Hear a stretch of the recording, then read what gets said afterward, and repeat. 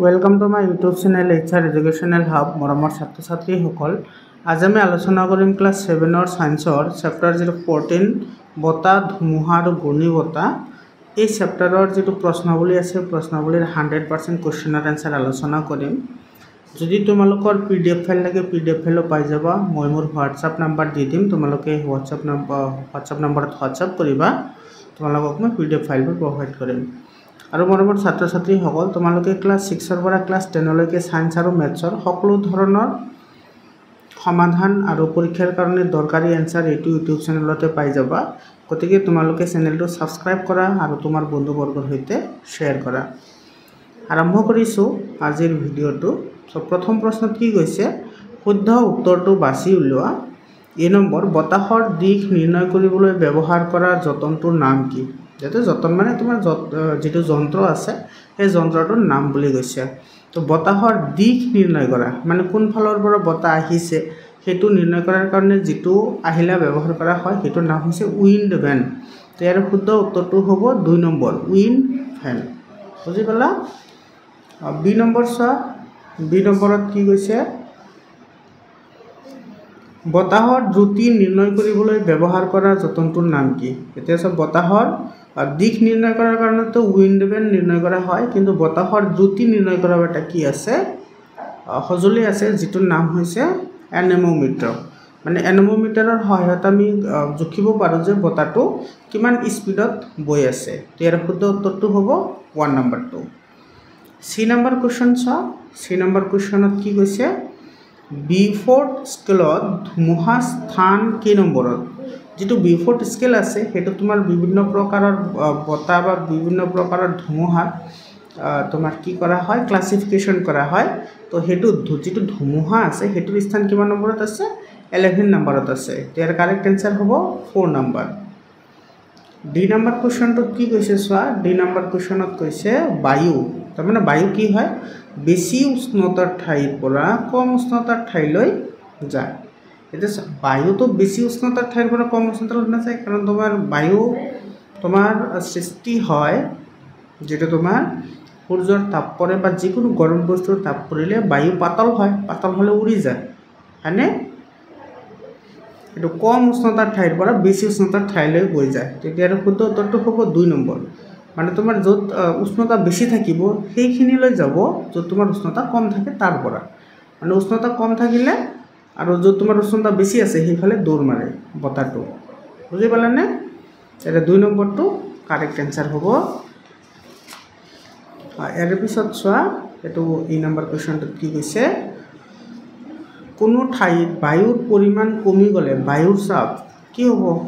এটো কমিব তেৰ শুদ্ধ উত্তৰটো হ'ব 2 নম্বৰ তুমি এটা কথা মনত ৰাখিবা যেটো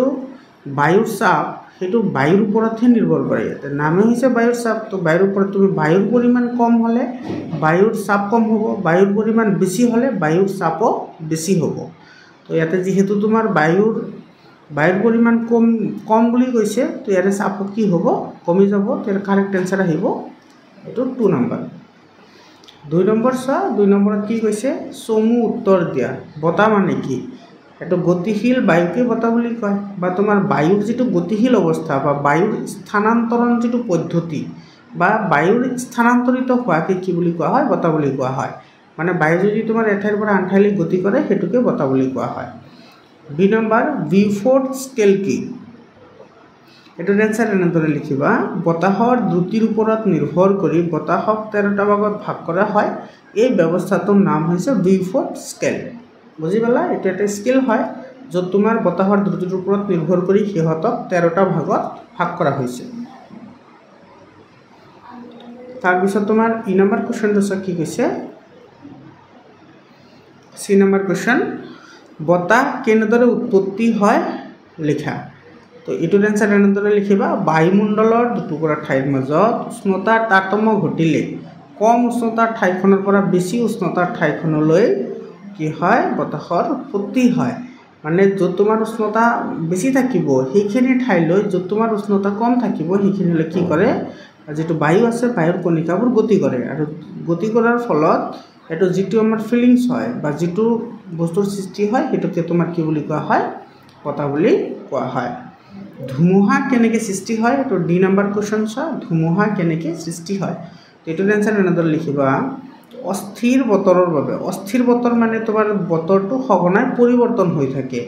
অস্থিৰ বতৰৰ বাবে ধুমুহাৰ সৃষ্টি হয় সূৰ্যৰ তাপত কেতিয়াবা কোনো ঠাইৰ বায়ুৰ প্ৰচণ্ড গৰম হয় আৰু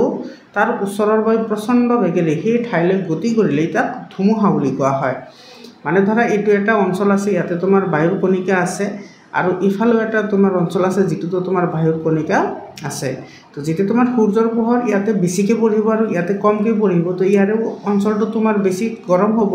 বেছি গৰম হ'লে তোমাৰ কি হয় বায়ুৰ কণিকাবোৰ পাতল হয় তো ইয়াৰ ফলত ইয়াৰ পৰা বায়ুৰ কণিকাবোৰ উৰি যাব তো উৰি যোৱাৰ ফলত ইয়াতে এটা নিম্নচাপৰ সৃষ্টি হ'ব আৰু এই নিম্নচাপ পুৰাবলৈ ইয়াৰ পৰা বায়ুখিনি ইফালে গতি কৰে আৰু এইটোৰ পৰিমাণ যদি অধিক পৰিমাণে হয় বা তোমাৰ বহুত জোৰেৰে হয় তেতিয়াহ'লে তাক হেতুক ধুমুহা বুলি কোৱা হয় মানে এইটো এটা বতাহ হয় মানে বায়ুৰ গতিশীল অৱস্থায় হয় কিন্তু যদি বেছি জোৰেৰে গতি কৰে বায়ুৱে তেতিয়াহ'লে এইটো ধুমুহা বুলি কোৱা হয় বুজি পালানে তাৰ পিছৰ প্ৰশ্নটো চোৱা এইটো ই নম্বৰ কুৱেশ্যন ধুমুহাৰ সৈতে বৰষুণ কেতিয়া আহে তো এইটোৰ এনসাৰ এনেদৰে লিখিবা হেমেকা বায়ু গৰম হৈ প্ৰবল বেগেৰে ওপৰলৈ উৰি গ'লে বায়ুত থকা জলীয় বাষ্পই গোট মাৰি আকাশত কলা মেঘৰ সৃষ্টি কৰে এনে মেঘৰ পৰা ধাৰাসাৰ বৰষুণ হয় আৰু লগতে ধুমুহাও হয় কেনেকৈ তাৰমানে তোমাৰ যেটো উষ্ণতাৰ তাৰতম্য সেই উষ্ণতাৰ তাৰতম্যও থাকিব লগতে যিবোৰ বায়ুৰ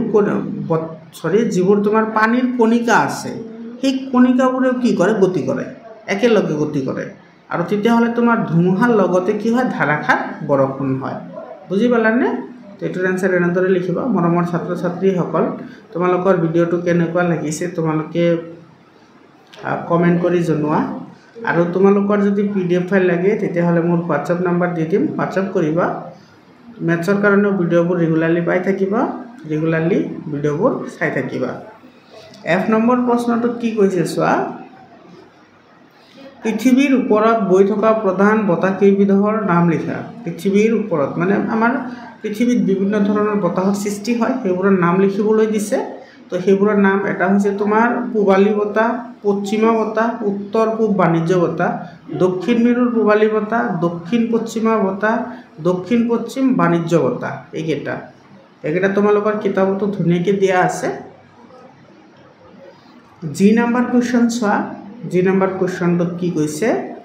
পৃথিৱীৰ ওপৰত উষ্ণতাৰ তাৰতম্য কেনেদৰে ঘটে লিখা এইটো বহুত ইম্পৰ্টেণ্ট এটা কুৱেশ্যন হয় তোমালোকৰ আপাৰ ক্লাছত এনেকুৱা ধৰণৰ প্ৰশ্ন লাগে এইটোৰ এনসাৰ এনেদৰে লিখিবা পৃথিৱীৰ বিষুৱ অঞ্চলত সূৰ্যৰ পোহৰ বেছি পৰে বাবে উষ্ণতা বেছি হয় আৰু মেৰু অঞ্চলত সূৰ্যৰ পোহৰ হেলনীয়া বাবে উষ্ণতা কম মানে তোমাৰ বিষুৱ অঞ্চলত যেটো সূৰ্যৰ পোহৰ পৰে হেতু তোমাৰ থিয়কে পৰে পাৰপেন্ডিকুলাৰলি পৰে সেইকাৰণে তাৰে উষ্ণতাটো বেছি হয় আৰু মেৰু অঞ্চলত সূৰ্যৰ পোহৰটো এনেকৈ বেকাকৈ পৰে আৰু সেইকাৰণে তাতে সূৰ্যৰ পোহৰটো তোমাৰ কি হয় কম হয় তো সূৰ্যৰ পোহৰ কম থাকে তাপো কম হ'ব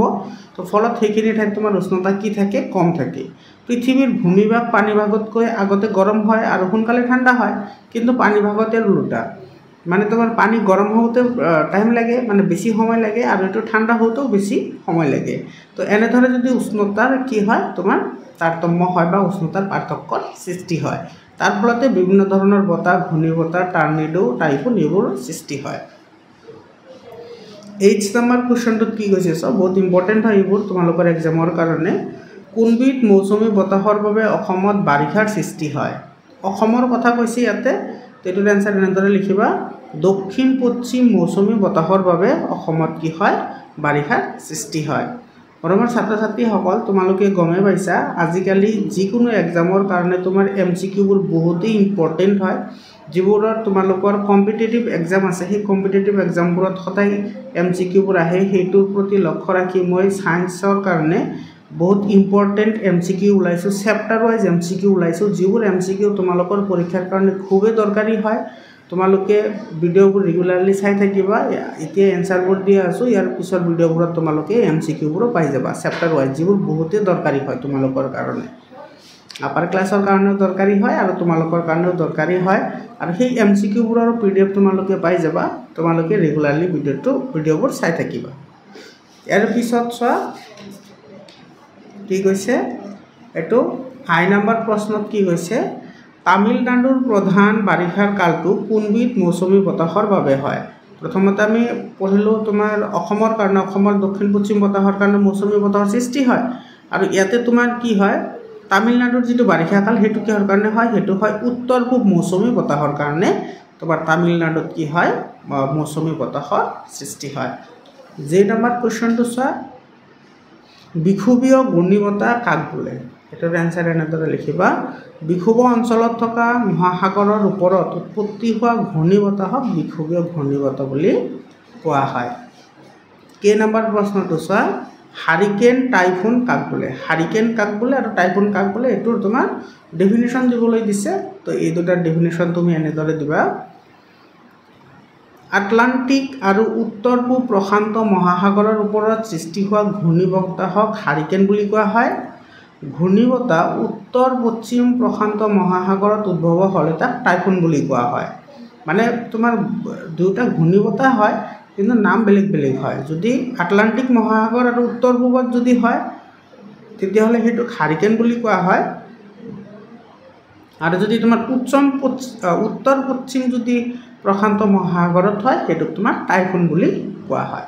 বুজি পালা ইয়াৰ পিছত চোৱা এটো এল নম্বৰ কোৱেশ্চনত কি কৈছে টৰ্নেডো কি টৰ্নেডো হল স্থলভাগৰ ওপৰত সৃষ্টি হোৱা এবিধ ধ্বংসকাৰী ঘূৰ্ণীবতাহ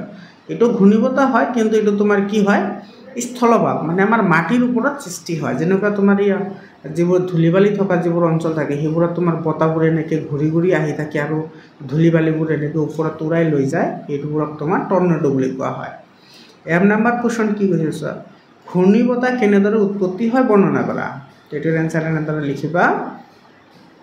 পৃথিৱীৰ ঘূৰ্ণনৰ বাবে বতাহ পাক খাই যায় পৃথিৱীৰ উষ্ণতাৰ বাবে বতাহ কি হয় পাক খাই যায় আৰু নিম্নচাপৰ ঠাইখনক কেন্দ্ৰ কৰি পকনীয়াৰ ধৰে ঘূৰিবলৈ ধৰে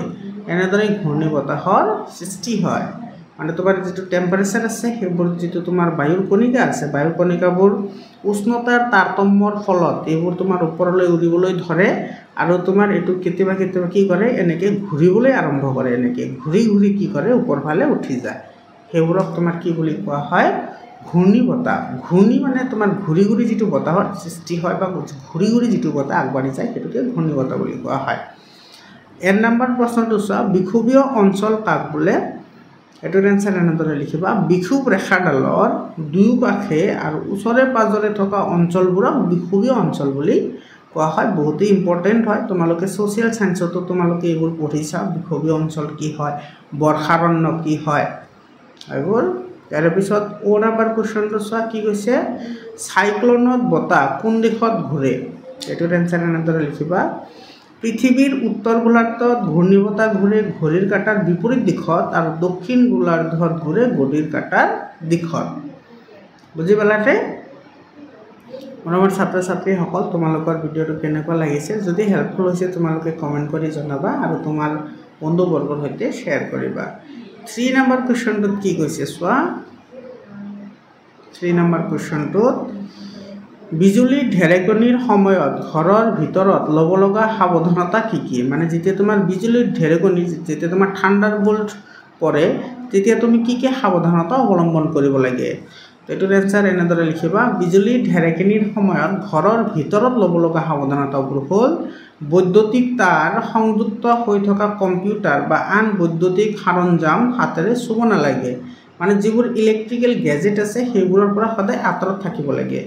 এটো অনে হওক বা অফে হওক সেইবোৰৰ পৰা সদায় দূৰত থাকিব লাগে 2 নম্বৰ যেটো পইণ্ট আছে হেতু এনেদৰে লিখিবা পাইপৰ পানী ব্যৱহাৰ কৰিব নালাগে এতিয়া তোমাৰ যিবোৰ নলা থাকে মানে ঘৰত যিবোৰ তোমাৰ পানীৰ পাইপ আছে সেইবোৰৰ পানী ইউজ কৰিব নালাগে কিহৰ কাৰণে কাৰণ তোমাৰ পানীৰ মাজেৰে বিদ্যুৎ প্ৰবাহিত হয় যে পাইপৰ পানী তোমাৰ যদি বিদ্যুৎ থাকে তেতিয়া সেই বিদ্যুতে তোমাক আঘাত কৰিব পাৰে সেই কাৰণে পাইপৰ পানী ব্যৱহাৰ কৰিব নালাগে 3 নম্বৰত লিখিবা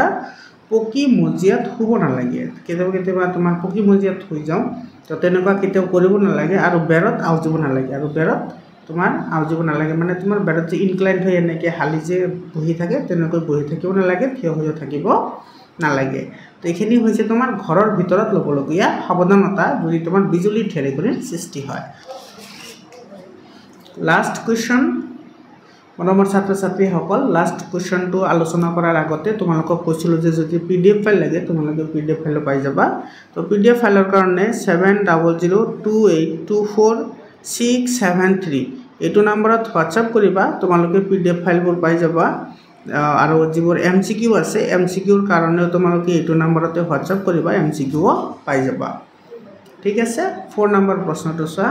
মৌচুমী বতাহ কেনেদৰে উৎপত্তি হয় বৰ্ণনা কৰা তো এটোৰ এনসাৰ তোমালোক কেনেদৰে লিখিবা পৃথিৱীত সূৰ্যৰ পোহৰত ভূমিভাগ পানীভাগতকৈ আগতে গৰম হয় আৰু সোনকালে ঠাণ্ডা হয় ফলত পানীৰ পৰা বতাহ ভূমিস্থললৈ আহে যাক আমি জলবতাহ বুলি কোৱা হয় আনহাতে পানীভাগ পলমকৈ গৰম হয় আৰু পলমকৈ ঠাণ্ডা হয় মানে তোমাৰ সূৰ্যৰ পোহৰত আমাৰ পৃথিৱীত যেতিয়া সূৰ্যৰ পোহৰ পৰে তেতিয়া তোমাৰ পানীৰ তুলনাত মাটিভাগ সোনকালে গৰম হয় আৰু সোনকালে ঠাণ্ডাও হৈ যায় তো সেই কাৰণে তোমাৰ কেতিয়াবা কি হয় পানীৰ পৰা তোমাৰ কি কৰে স্থলভাগলৈ মানে মাটি ভাগলৈ তোমাৰ বতাহবোৰ গতি কৰে যাক আমি কি বুলি কওঁ জলবতাহ বুলি কওঁ যেহেতু তোমাৰ পানীৰ পৰা বতাহ আহে তো সেইটো জলবতাহ ইয়াৰ পিছত তোমাৰ ৰাতিৰ ভাগত আৰু লুটা হয় তাৰ মানে তোমাৰ পানীভাগ সোনকালে গৰম নহয় আৰু সোনকালে ঠাণ্ডাও নহয় সেই কাৰণে তোমাৰ মাটিৰ পৰা কিছুমান কি কৰে বতাহ তোমাৰ পানীৰ ফালে গতি কৰে যাক তোমাৰ কি বুলি কোৱা হয় স্থলবতাহ বুলি কোৱা হয় এনেকৈ স্থলভাগ আৰু জলভাগৰ উষ্ণতাৰ তাৰতম্য যদি বহুত বেছি হয় তেতিয়া যি বতাহৰ সৃষ্টি হয় তাক মৌচুমী বতাহ বোলে বুজি পালানে মৰমৰ ছাত্ৰ ছাত্ৰীসকল আজিৰ কাৰণে এইখিনিয়ে আকৌ লগ পাম তোমালোকক বেলেগ এটা ভিডিঅ'লৈ ধন্যবাদ